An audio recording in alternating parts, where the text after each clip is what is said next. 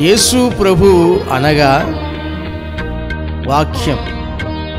ఆదియందు వాక్యం ఉండెను, వాక్యం దేవుని యొద్ద ఉండెను, దేవుడే వాక్యమై ఉండెను.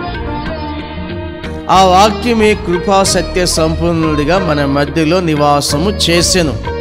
ఆయన పేరు యేసుక్రీస్తు ప్రభు.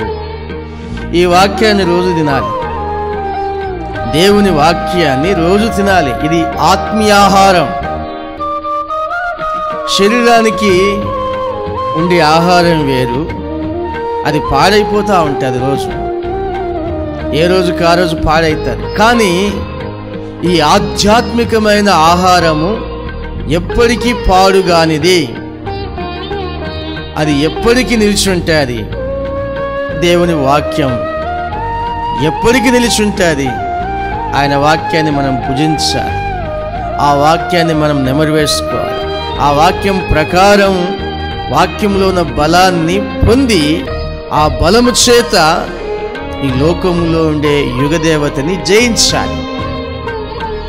ఈ యొక్క బలము మనకొస్తే గనక మనం చాలా బలవంతులం అయిపోతాం.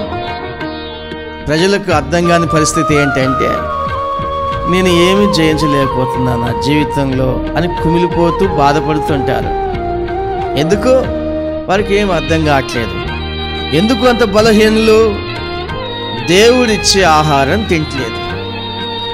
దేవుడే మనకు బలాన్ని ఇయ్యాలి. దేవుడిచ్చే ఆహారము చేతనే మనము బలం పొందుతాము. ఈ లోకములో ఉన్న వాటిని అన్నిటి జయిస్తాము.